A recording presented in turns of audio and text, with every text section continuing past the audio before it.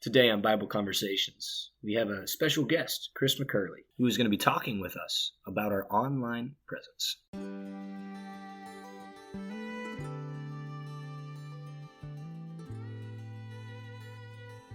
All right. Well, it's good to have you here, Chris. Thank you. I'm excited. I think we actually just met about 10 minutes ago. Yeah, and I like you so far. So yeah, I mean, share the same name, so I mean, it must be just good. But absolutely.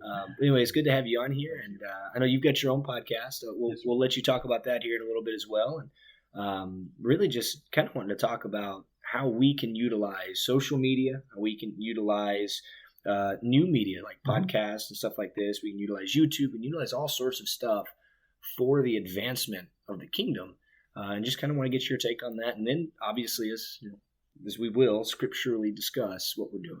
Well, and before we get to that, why don't you go ahead and introduce yourself for our listeners so they know who you are. Yeah, so I'm Chris, married to Libby. We live in Abilene, Texas. We've been there 13 years. We work with the Oldham Lane Church of Christ. We have 3 kids. Keely is married. She lives in Germantown, which is a suburb of Memphis. And she's married to Ian, who is a pharmacy student at University of Memphis. And then I have Zoe, who is leaving tomorrow to go study abroad. She is a Harding student. She is a senior, speech path major. I have a son who's at Harding, who is a nursing major and is a junior. His name is Zane. And so that's us. Been at Oldham Lane 13 years now. Love it. Great church, great congregation. And this is my second career. I was a high school basketball, baseball coach and teacher. So yeah, I understand the coaching world. Yes. Yeah. Other Chris, Chris Carrillo, is the same way. Okay. He coached tennis for 6 years or so. 10 years wow. before. Okay. No, I don't look that old. But well, my son was a tennis player. Okay. A couple of state championships at Wiley, so that was fun. All right. Yeah. All right. So. Yeah. Well. Yeah. So we're wanting to talk about media today. Sure. Christians and our consumption of media. There's so many things out there that you can consume, both good and bad, and a lot of opinions that go along with that. And so let's start with I guess social media, because I feel like this is not the thing that people think of as far as consumption in regards to things on the internet. It's more just a time killer, I want to spend my time scrolling or maybe posting, getting likes, whatever it may be. When people think Facebook, Instagram, Twitter, it's not usually clumped in with YouTube or Spotify, because you don't think of Facebook and Instagram as you're consuming things, but you really are. Right. So, there are good and bad to everything. But what is some things that you've seen over the years is as the internet has come about? Because, and I'm not calling you old here, but ever since I've been around, the internet's been around. Yeah. So, not with me. But not with you. Not with me. So as the internet's come around, as social media's come around, what are some things that you've seen both good and bad in regards to social media specifically? Well, as far as the negatives, I think social media has given everybody a platform. And so everyone who has a thought feels like that they should publish that thought. And, like Twitter, for instance. I mean, it seems like Twitter is just a bathroom wall, and it's just... Honestly, out of all the social medias, that's the best description. It's just, and I didn't come up with that. I don't remember who said that as a comedian, but it's like, you're an idiot. No, you're an idiot. That's Twitter. That's the conversation on Twitter. Really is, yeah. Instagram, I think really brings to light the fact that we live in a selfie culture now. Mm-hmm. Used to, you would go to the beach and you would take in the sunset, you'd snap a picture of it, or you'd go to the Rocky Mountains and you'd take a picture and pull off the side of the road and soak it in. And now our first thought is, let's take a picture of me with that in the background, right? Yeah. And then I'll post it on social media and see how many likes and comments I can get. Why do we feel like we need the approval of friends or even complete strangers, even on, photos that may be somewhat immodest, And then you've got Facebook, which has become, I believe, the political platform for everybody. And especially now, as divisive as our culture is, that's about all that my Facebook feed has on it is, anti-vaxxers versus pro-vaccine, racial divide, whatever political, certainly Republican, Democrat. Whatever's in the news. Yeah. And so that, which is always political. Exactly. So those are the negatives that I see. However, I'm one that believes that we need to be in the spaces where there's darkness and be a light. And certainly, when you look at the millions upon millions of people that are on social media, I think we need to be a presence. Yeah. And I think the positives that I see is the biggest positive I've seen is during the pandemic. Everybody became a televangelist, right? But that's when we started this. Yeah, and it's really neat because you see some churches that really they never would have thought about live streaming. Mm-hmm. They never would have thought about the internet as far as airing their services because either they didn't have the resources or their congregation was of an age that just wasn't important to them, and maybe they had 25 members, and now because of the pandemic they adapted and they adjusted. And that was one of the neat things that I thought about the pandemic. There wasn't many, but that was one of them I really liked. Is that when we closed down because of the pandemic, because it was running rampant through our congregation, we were able to go to church at a bunch of different places on Sunday morning. It was kind of like a lectureship. My grandma told me that multiple times. Yeah. She was living out in Henderson at the time, Henderson, Tennessee. Little, nothing out there except for Freed Hartman. Yeah. And she said that at I think it was 9 o'clock, she'd watch my dad's service where he was preaching at in Oklahoma City. At 10 o'clock, she would go to worship in person with Henderson. And then at 11, she'd get home and rewatch the service that Keller had streamed at 10. Yeah. And so every morning she's getting 3 services, and she said every Sunday morning was a lectureship for her. That's really neat. And it is a really cool tool. It's like anything else. You can use it for good or bad. Yeah. That doesn't mean that you need to completely dispose of it. That's kind of what we do is if it can be bad, then, steer clear of it, stay completely away from it. Anything can be used for good or for bad, just about. In any environment you're in, your work environment can be bad. Yeah. Anything you do on a daily basis, traffic is bad around here, but it doesn't keep you from driving. And I think it's the same way when it comes to social media. Yes, there's negatives. Don't buy into the negatives. But at the same time, be a light, be a presence there. Well, and I think that goes back to kind of what I was saying before about consumption. Realizing that the social media is things that you're consuming. Yeah. And when you do realize that, that's when, the light bulb goes off that you have to be a light. Absolutely. So, absolutely. Chris has been looking at Bible verses. I have. You got something for us? Yeah. I've got a few, but I'm going to share one right now. Galatians chapter 2:20. I think we're very familiar with this one. And given all that we have talked about right now, the idea that social media itself is not inherently bad. Money in of itself is not inherently bad, right? X, Y, Z, whatever you want to put, is not inherently bad. It's how we utilize it.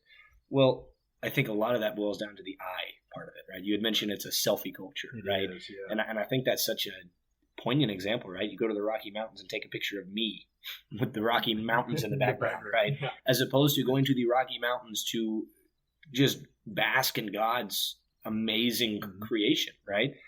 Well, when we think of it in that regard, right, it's not about me. Mm-hmm. It's about God. It's about living our lives for the Lord. Galatians 2:20 just makes a lot of sense. Yeah. I have been crucified with Christ. It is no longer I who live, but Christ who lives in me. And the life I now live in the flesh, I live by faith in the Son of God, who loved me and gave himself for me. And I think if we choose to live our lives like that in person, right, that's awesome. That's phenomenal. It's exactly what we should do. Yeah. But it can't stop there because a lot of our lives right now are online. Yeah. We have a presence on social media. We have a voice, right? Everybody's opinion needs to be heard. I agree that people believe that. I disagree that needs to happen. But we have a presence online, right? We have a platform. And if we're using our platform for me, myself, and I, we're missing the point of Christianity. Yeah.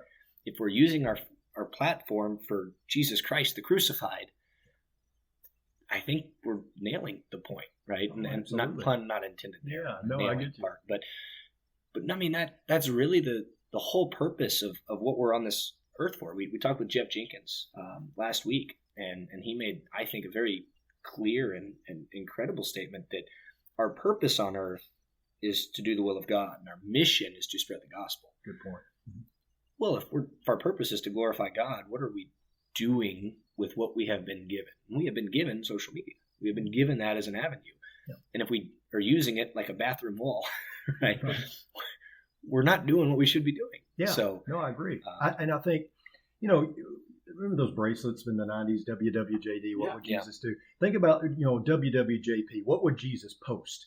So don't you think that Jesus would utilize any and every tool or resource that he had at his disposal if he came during this day and age instead of when he actually did? But he went through the marketplace. Well, that's what Facebook and social media, it's the marketplace. Yeah. I mean, you've got all different walks of life. Where everyone comes together. Where everyone comes together. And so if he's walking through the marketplace, what would he post? And then let that drive your decision about what you put there. And I think Jesus would post things that related to the kingdom always. I think everything he posted would relate to the kingdom and draw people back to and point people back to the gospel, the heart of the message, being crucified with Christ. So it's no longer you that live, but Christ that lives in you.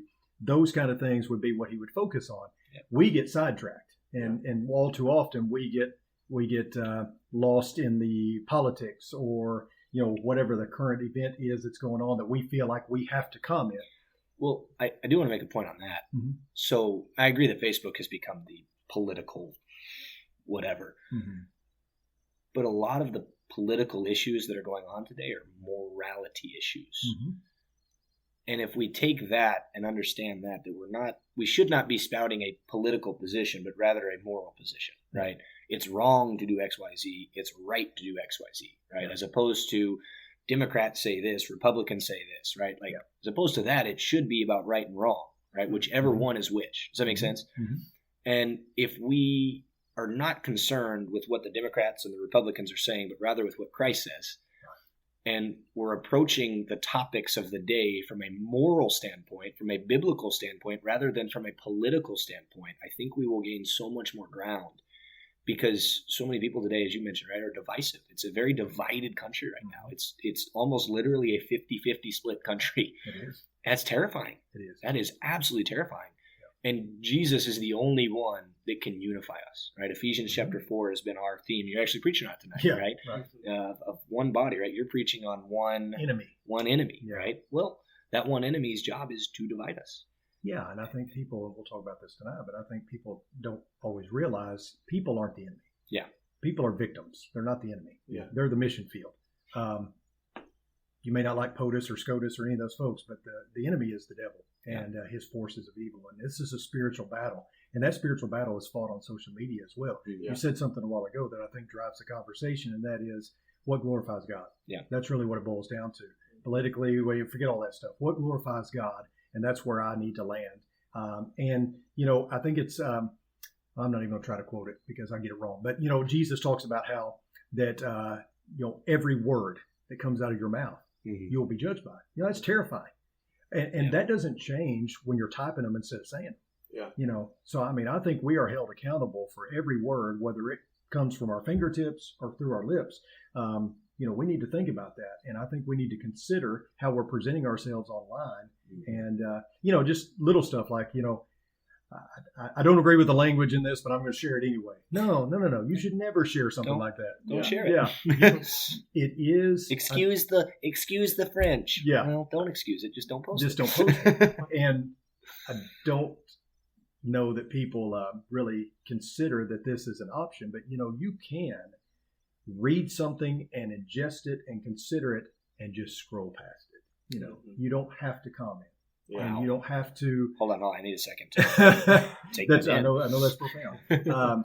You don't have to sit there and dwell on it. And I think too, we talk about spiritual disciplines, and we talk about fasting. Maybe fasting doesn't just apply to food. Maybe we need to do a social media fast. And I think one of the worst things about my new iPhone is it tells me how long I'm on it. The time you spend on it. Yeah, I don't like that. Every so often I'll get it, and it's like, you were on it 15% more this past week. And I'm like, oh, great.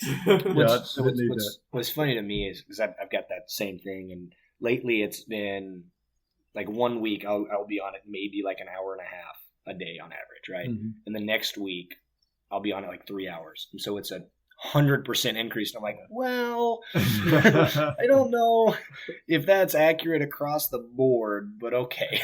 Still don't like it, do you? Still don't like it. Well, I wanted to turn back to scripture real quick. As you were talking about It'd be in the mission field. We need to be shining our lights on social media. It's the marketplace of the 21st century. Well, I think it's pretty cool when we look actually in Acts chapter 19. We see a really good example of that.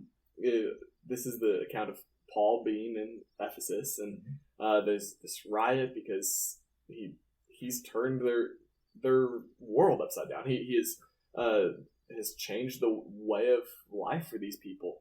Demetrius is upset. Yeah, Demetrius is upset. He's a silversmith. He makes idols for the people, and when the people turn away from the idols and turn to Christ, he's lost his way of life. And so he stirs up the people, and if you read throughout the chapter 19 of Acts, you see that these people, they rush into a stadium and they're shouting, "Great is Artemis of the Ephesians," this goddess that they had. And Paul's response is so cool. He says, he doesn't say, but we read that in verse 30 of Acts chapter 19, that Paul wished to go in among the crowd. These people are so angry with Paul, they want to kill Paul. They've just completely turned on him because he's preaching about Christ and changing their way of life. And yet he wanted to go where the people were. He wanted to go where the masses were so that he could tell as many people as possible about Christ. Sure. That today is the internet. That today is social media, YouTube, you name it, whatever it may be. We need to be going to where the masses are so we can reach as many people as possible. Yeah. And so that kind of makes me want to transition to the next part of our conversation as far as media goes. As far as not so much social media, but more so YouTube, Spotify, iTunes, Netflix, even. There's so many things out there that you don't have a platform to post on Netflix, but there's things out there for you to consume. Yeah. So how does a Christian make a decision when you're in your house by yourself? People aren't going to be seeing it written on a wall that this is what I'm watching right now. How do you make the choice of, this is what I'm going to choose to consume, this is what glorifies God? There's just so many what ifs out there because any and everything that you want to find is out there. Yeah.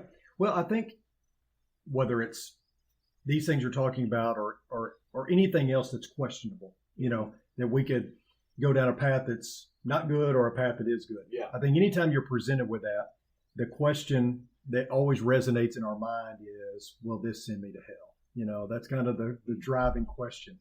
When the better question is, Chris, what glorifies God? That's the best question to always ask. Paul talked about not making provision for the flesh, and provision means supplying. Yeah. So what's your supply line? What are you supplying your life with? And certainly the TV is a supply line into our home. Yeah. And I do want to say this before I go any further with that. I think it needs to be made clear. If you don't want to be on social media, I think you'll be a lot happier, and that's okay. I'm not trying to. You have to be on social media so you can spread the gospel. I'm not trying to say that because there's a lot of other ways to spread the gospel, and you are needed in a lot of other places to do so. So I'm not trying to say that. I'm trying to kind of answer the validity for being on there.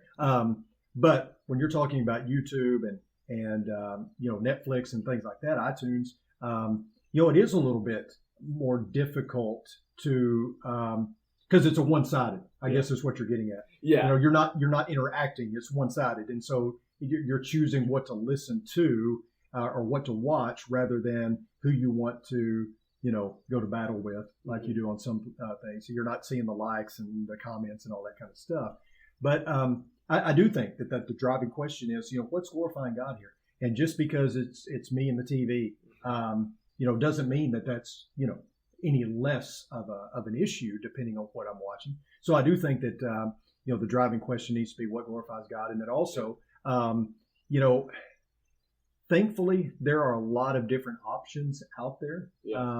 There's now more than ever we see really good programming that can be consumed.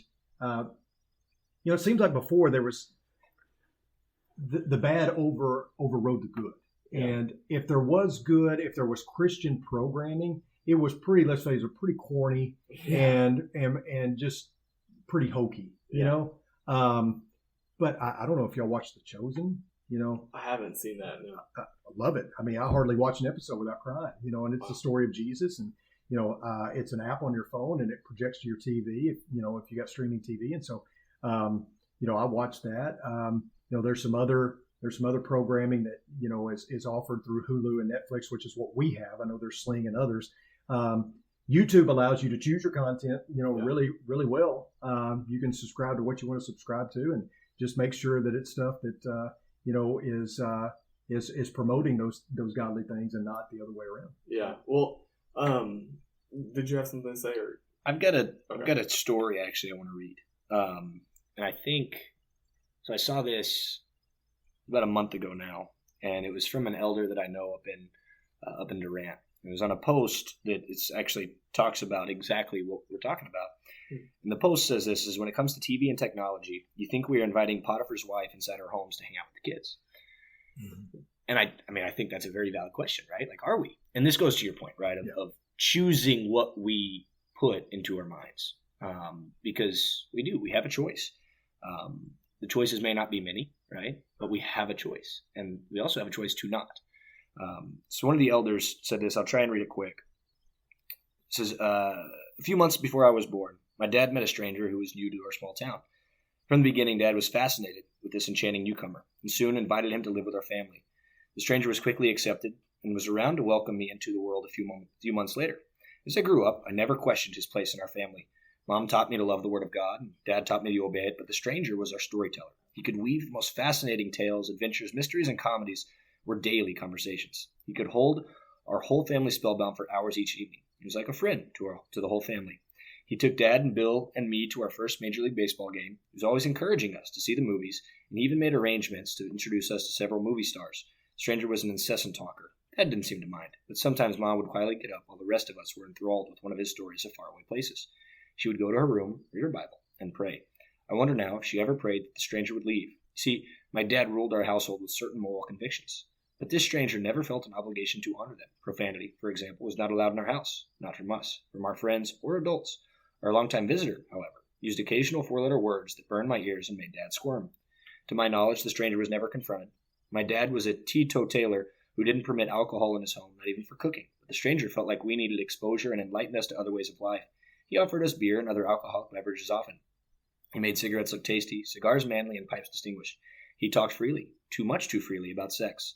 His comments were sometimes blatant, sometimes suggestive, and generally embarrassing. I know now that my early concepts of the man and woman relationship were influenced by the stranger. As I look back, I believe it was the grace of God that the stranger did not influence us more. Time after time, he opposed the values of my parents, yet he was seldom rebuked and never asked to leave. More than 30 years have passed since the stranger moved in with the young family on Morningside Drive.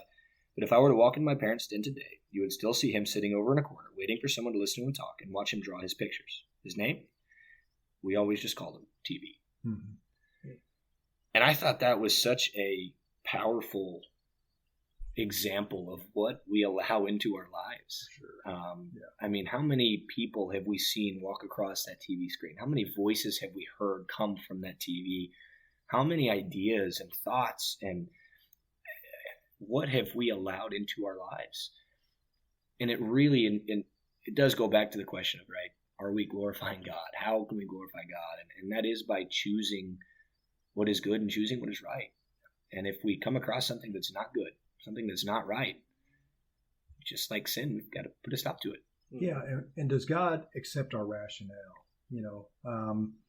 Movie stars do that when I'm playing a part, playing a character, and that's how the character acts. That's how the character was written. Mm-hmm. And so we do the same thing. We categorize it. So, it's part of the series. Yeah, it's just a movie. I mean, it's just, it's just a show. It's just, I know that that's not right, but, I can categorize that. And so we put it in a box. We do. We do that with everything, right? Yeah. We do that with church. We do that with Christianity. Sunday, I'm going to be here. Monday, I've got my job. I've got my schoolwork. I've got, we categorize everything instead of, crucified with Christ. Yeah. It's no longer I who live, but he who lives in me. So you get God right, you get everything else right. Yeah. And so start there and let everything else trickle down. Who was it that said the main thing is to keep the main thing the main thing? I mean, I've heard that from Stephen years. Covey, maybe. But that's the deal, right? talk about priority lists. When I was coaching, it was God or maybe faith and family and football or whatever, And so I posed this to our congregation a few weeks ago. I said, what about a new priority list? What about number one, God, and number two, there is no number two. How about that? God's it. He's the only one on the list. There is no list, right? Yeah. And kind of have a trickle down effect from there. Because I think you get God right, you get everything else right. Yeah, I remember you saying that at the Momentum Conference too. Mm-hmm. The theme earlier this spring was Jesus first. Yeah. Period. Yeah. There is nothing second. You don't have to elaborate on that one, do you? Yeah, you don't have to explain it. Yeah. It's Jesus first, period. Mm-hmm. And that's every part of our life. I mean, we're talking about media that we consume, media that we put out there for other people to see. But in every part of our life, whether it's face-to-face conversations, in our work, in our families, school, play, whatever it may be, Jesus first, period. So, and it stuck with me. It's been a few weeks now. But the guy that actually encouraged us to start this podcast, he's been on it as a guest a few times. His name is Everett. He was teaching our adult Bible class a few weeks ago in the auditorium. And it was so cool what he was saying.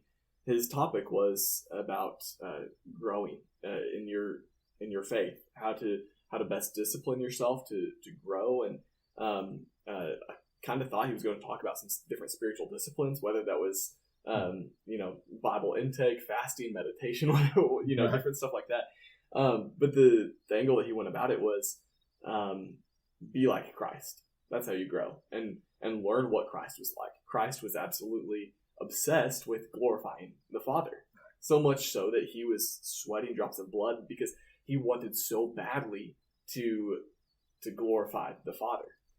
Do we want to glorify the Son as badly as the Son wanted to glorify the Father?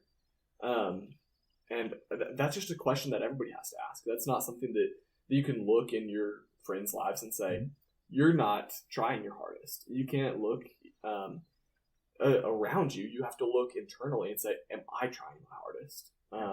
Well, I think we talked about this a few weeks ago, Chris, as far as the triangle that you can kind of picture with God being at the top. Yep. I am on the bottom left. Others are on the bottom right. The closer that you get to God, you're inherently going to get closer to others as well. That triangle gets smaller because we know God doesn't move. You shouldn't focus first on getting closer to others. Just get closer to God. I love it. Yeah, because, I look at it like the vertical and the horizontal, which is a cross, Mm-hmm. And you get the vertical right. That's where you start. You start with the vertical, and then the horizontal falls into place. Of course, the vertical is your relationship with God, and the horizontal is your relationship with other people. Mm-hmm. And, if you look at it like a cross, the middle there where the two intersect is where life is lived. I mean, that's it, Yeah. But what we do so often in our lives is we try, or I guess maybe we mistakenly believe that the vertical can be straight while the horizontal is crooked, or vice versa. And it doesn't work that way. Read 1 John sometime, right? Especially chapters 3 and 4. The vertical affects the horizontal. The horizontal presupposes the vertical. So if you want to love others best, you love God the most, right? Mm-hmm. So you get the vertical right, and the horizontal falls into place. So when it comes to like a damaged relationship, don't start by fixing the relationship. Go to God. It's A.W. Tozer that said, every man is as close to God as he wants to be. Yeah. And so somebody says, well, I just want to be closer to God. No, you don't. You're as close to God as you want to be. If you want to be closer to God, get closer to God. Yeah. And so, because God's not moving, right? Yeah. So any damaged relationship in the horizontal points to maybe a lack of closeness in the vertical. Yeah. I heard someone say there's, however many trillion people in the world. I don't remember how many people are in the world. But they said, not trillion. How many people are in the world? Like 7 billion or something? Getting close to 8 billion. Okay. There's 8 billion people in the world. And the quote is, if somebody gets in between you and God, you're the idiot. With all these people in the world, you are the only one that can let somebody get in between you and God. Exactly. So with all of this, we kind of diverted a little bit from the main discussion, but I think in a good way. So let's kind of bring this back to the idea of media and how our consumption of it can be glorifying to God. In what ways would you suggest we consume media? In what ways would you suggest that we participate in and partake in, be it social media or any other type? How would you encourage not only the listeners, but me? Well, can I answer first? I would say listen to more Bible Conversations podcasts. Yes. Dear Church. Dear Church. That's what Chris has going on. No, I do think that, when you're in your car for a prolonged period of time, you have the ability now to, turn on a podcast, find those podcasts that help you to grow. Listen to those programs on the radio that help you to grow. You're in the car anyway, you're going to, whatever it is, the next destination. I like to listen to things that are going to help me as a minister, help me as a Christian to grow and to be better. And so that's one thing. I think as far as at home, I've kind of gotten to where I'm like, you know what, I could be watching this and gain nothing from it, or I can be watching something over here that, like The Chosen or something like that really, kind of sparks my mind and gets me to thinking about things and gets me to going back to Scripture or, thinking about reevaluating some things. I don't think you have to do that all the time. I do think that there's a space for just mindless, comedy or a movie where you don't have to think too much, but just be careful, I mean, I think all of us have to draw a line. We all have to have a line that we say, I'm not crossing this no matter what. Yeah. No matter what. I'm not inviting that stranger into exactly. You have those. Do you have a cage around your television? Yeah. And how formidable is that cage? And I think that's key because, the devil's a master fisherman. If you follow me on Facebook, I like to fish. Oh, yeah. And it's a big, big hobby of mine. And one of the things that I will do is a plastic worm works pretty good in a stock tank. And so I'll get a green pumpkin worm and I'll Texas rig it, which means you put the hook, the audience can't see me doing this. You put the hook through the top of that worm, you bring it out, you push it all the way through the top of the hook so that it's streamlined, and you take that hook at the back end of it and tuck it in so that it's not seen. It's weedless is what they call it. So you can drag it through weeds and things like that. So the hook is hidden. That's what Satan does. He shows you the bait, but he hides the hook. And so if we're aware, getting into my sermon tonight, if you're aware of how he operates, it's going to make a big difference in how you can, and shun him. And so understanding that he's always looking for an inroad, and your mind is where you're most unprotected, it seems like. And so fill it with good things. Fill it with things that incite growth, that help your transformation process, all those kind of things. And you can certainly find that on media. Well, for where your treasure is, there your heart will be also. Absolutely. It reminds me, as you're talking through, sometimes you need that time to just switch your mind off. Mm-hmm. Just turn it off. Do y'all ever see that comedian that was talking about how men's minds work differently than females' minds? Yes. And I don't remember his name, but how guys have this box that has nothing in it, and guys' minds, they're like boxes. You have the work box, the family box, the sports box, and they have a nothing box. And women's minds, they're all interchanged like a plate of spaghetti. But it's so true. It really resonates with me when you say that. You need that nothing box sometimes, and that's fine. Don't feel bad about going through your nothing box. No, and there's guys, Nate Bargatze, I love that. He's a comedian. He's so good. Tim Hawkins, John Christ. I mean, there's a lot of guys that I like to listen to that, I love to hunt. I've got a hunt coming up next week, and so I've been watching YouTube videos on pronghorn hunting because I'm hunting pronghorn up in Oklahoma. So been watching those, listening to a podcast called Meat Eater Podcast, which has a Netflix show as well. Nothing wrong with that, nothing wrong with that. There's nothing, in there that's, questionable or anything like that. So I'm not suggesting that you have to be a monk on social media. But I do think that it's important, and I think we know this, to ask that question, what glorifies God, but also check your supply line. What are you letting in? Because like that story Chris just told, so many people they're not locking Satan out. They're opening the door and inviting him in, not even realizing it. Yeah.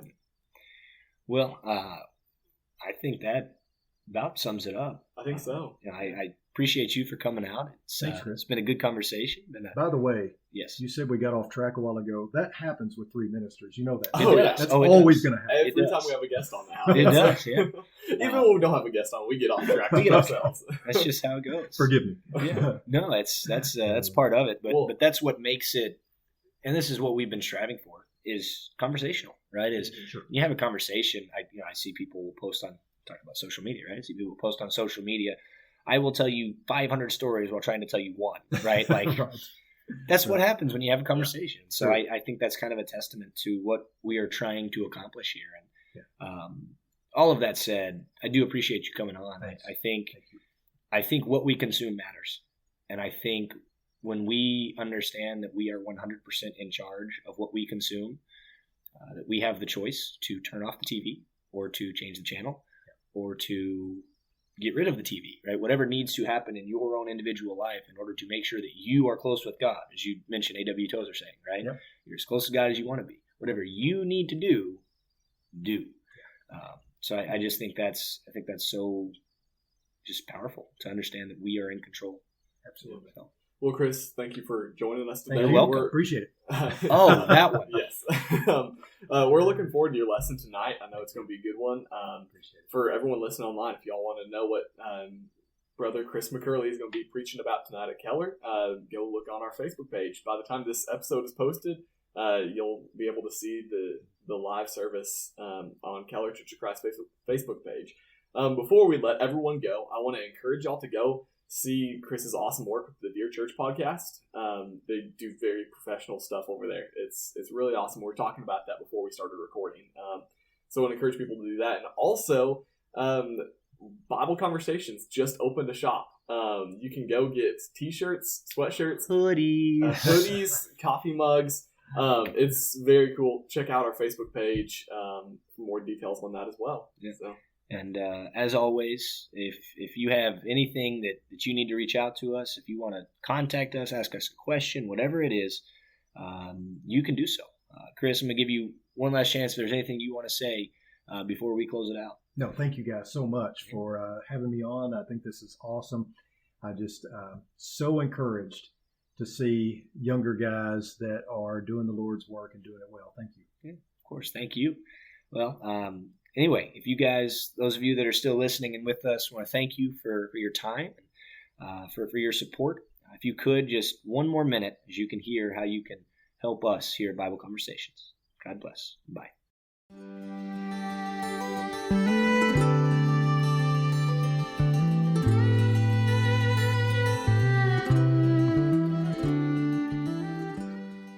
Thank you for listening to another episode of Bible Conversations. We want to encourage you to check out our proud partners, Ministry League. They have a website as well as an app that you can download from your smartphone.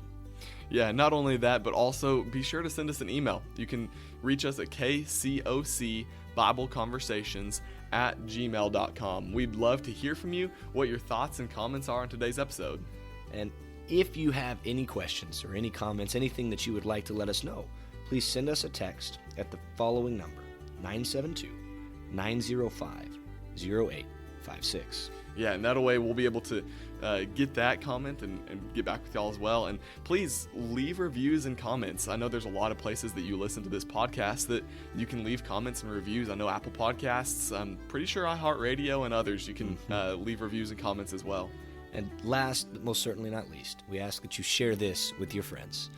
We do our best to provide biblical and strong discussion, and we hope that you can feel free to share that with everybody that you love and come in contact with. Thank you all so much for all of your support. We love you.